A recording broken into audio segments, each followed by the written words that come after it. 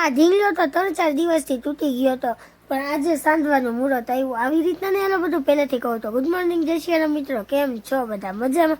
સ્વાગત છે અમારા નવા વ્લોગમાં. સવારમાં ઉઠતા જો કૌશલ નાઈ ધોઈને તૈયાર થઈ ગયા અને ભગવાનના ધૂપ દીવા કર્યા. ત્યાં મેં મસ્ત એવા ચા અને થેપલા બનાવી નાખ્યા.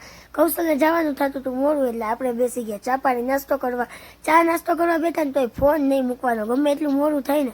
ચા નાસ્તો કરીને એમના કામે જતા રહે, એમને ટાટા બાય બાય કરીને હું અંદર આવીને મેં મારા બધા કામ કર્યા. કપડાં સંકેલવાનું ને કચરા પોતાનું, વાસણનું ને એ બધું ઘરમાં બધું વ્યવસ્થિત કર્યું. જો કેટલા બધા કપડાં સંકેલ નાખ્યા.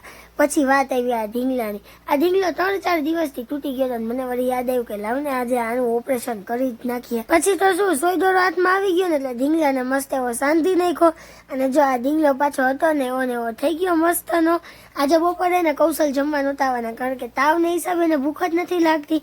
અને મેં કટક બટક કરી લીધું હતું. સાંજ પડતા કૌશલ કે મારે દાળ ઢોકળી ખાવી, એટલે એના માટે દાળ ઢોકળી કરીને. મને દાળ ઢોકળી ઓછી ભાવે, એટલે એક બાજુ આપણે બટેકા બાફવા મૂકી દીધા. ત્યાં જ કૌશલ આવી ગયા, છાશ ને દૂધ ને એવું બધું લેતા આવ્યા હતા. પછી મને એમ થયું કે લાવને પેલા સૂકી ભાજી વઘારી નાખું, ભૂખ લાગી છે. એટલે આપણે રસોડામાં આવી ગયા અને મસ્ત સૂકી ભાજી વઘારી નાખી.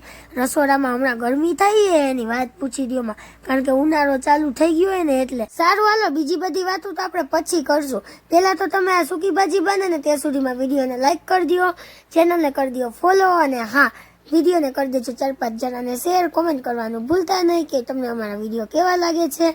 પછી અમે બંને જમવા બેસી ગયા તો કૌશલ દાળ ઢોકળીને એક બાજુ મૂકી અને એ સૂકી ભાજી ખાવા માંડ્યા, કારણ કે એને સૂકી ભાજી બહુ જ ભાવી. કૌશલે તો સૂકી ભાજીના બહુ જ વખાણ કર્યા. પછી દાળ ઢોકળી ખાવા માંડ્યા, એ પણ ફોન જોતા જમી કાઢીને અમે બંને ચોકલેટ ખાધી. તો આવા જ મિની વ્લોગ જોવા માટે લાઈક કરો, શેર કરો અને ફોલો કરતા જજો ભૂલતા નહીં. બાય બાય, મળીએ નવા વિડીયોમાં. ત્યાં સુધી જય શ્રી રામ.